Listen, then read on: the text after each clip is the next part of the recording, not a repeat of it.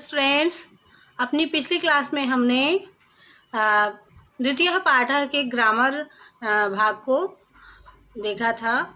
चलिए अब आगे का देखते हैं हम। संस्कृत में 1 से चतुर अर्थात 4 तक संख्यावाची शब्द पुल्लिंग, स्त्रीलिंग तथा नपुंसक लिंग में अलग अलग रूपों में होते हैं, पर 5 से उनका रूप सभी लिंगों में एक सा होता है। जैसे कि आगे देखते हैं हम। एकः पुल्लिंग में कहेंगे एकः, स्त्रीलिंग में एका और नपुंसक लिंग में एकम।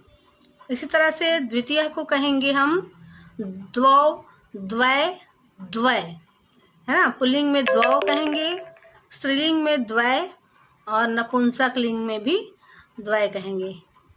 इसी तरह से 3 को कहेंगे त्रयः, तिरस्त्रः और त्रीणि। पुल्लिंग में त्रयः, स्त्रीलिंग में तिस्त्रः और नपुंसक लिंग में त्रीणि। इसी तरह 4 को कहेंगे पुल्लिंग में चत्वारः और स्त्रीलिंग में चतस्रः और नपुंसक लिंग में चत्वारि।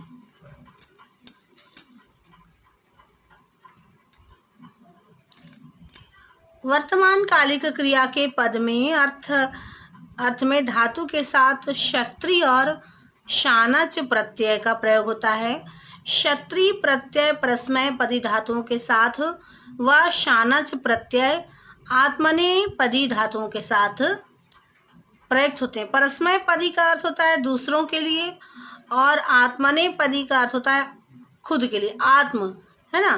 परस्मय और आत्मनेपदी, परस्मय पदी होते हैं और आत्मनेपदी 2 तरह के धातु होते हैं, धातु रूप।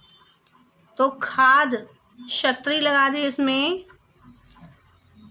खादन या खादत, इसको 2 तरह से हम कह सकते हैं। अगर खाद में क्षत्रि प्रत्यय लगा दिए तो खादन या खादत। इस तरह से गम में अगर क्षत्रि लगा दिया प्रत्यय तो गच्छन या गच्छत। इसी तरह से पठ में लगा दिया तो पठन या पठत, और हस में लगने पर हसन या हसत। इस तरह से सेव प्लस शानच सेवमानः, मुद प्लस शानच मोदमानः, लभ पर प्लस शानच लभमानः और ब्रू प्लस शानच ब्रुवाणः। तो इनके रूप देख लेते हैं आगे। इस तरह से इनके रूप आगे कैसे चलते हैं।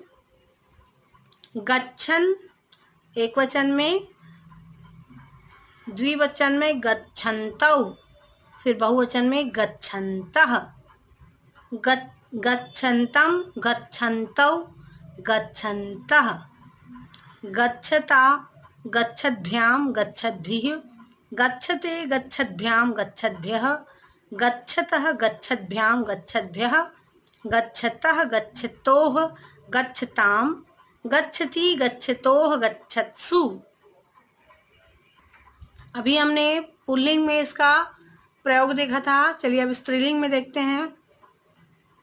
गच्छन्ति, गच्छन्त्यौ, गच्छन्त्यः, गच्छन्तीं, गच्छन्त्यौ, गच्छन्तिः, गच्छन्त्या, गच्छन्तिभ्यां, गच्छन्तिभिः, गच्छन्त्यै, गच्छन्तिभ्यां, गच्छन्तिभ्यः, गच्छन्त्याः, गच्छन्तिभ्यां, गच्छन्तिभ्यः, गच्छन्त्याः, गच्छन्त्योः, गच्छन्तीनां, गच्छन्त्यां, गच्छन्त्योः, गच्छन्तीषु। आगे देखते हैं नपुंसक लिंग में। नपुंसक लिंग में देखते हैं इस तरह से गच्छत, गच्छति, गच्छन्ति, गच्छत, गच्छति, गच्छन्ति, और शेष जो है इसका पुल्लिंग के समान ही आएगा। जैसा हमने अभी पुल्लिंग के उसमें देखा इसका प्रयोग, वैसा ही आएगा। फिर है तरप और तमप प्रत्ययों में तर और तम शेष बचता है। जैसा कि बलवत और तरप प्रत्यय लगा दिया तो बलवत्तर, लघु प्लस तमप लघुत्तम,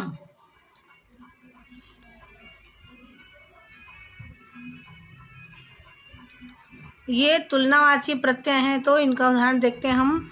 लघु लघुतर लघुतम, महत महत्तर महत्तम, श्रेष्ठ श्रेष्ठतर श्रेष्ठतम, मधुर मधुरतर मधुरतम, गुरु गुरुतर गुरुतम, तीव्र तीव्रतर तीव्रतम, प्रिय प्रियतर प्रियतम। तो इस तरह से हमने सेकंड पार्ट, जो द्वितीय पाठ है, इसके व्याकरण भाग को हमने देखा।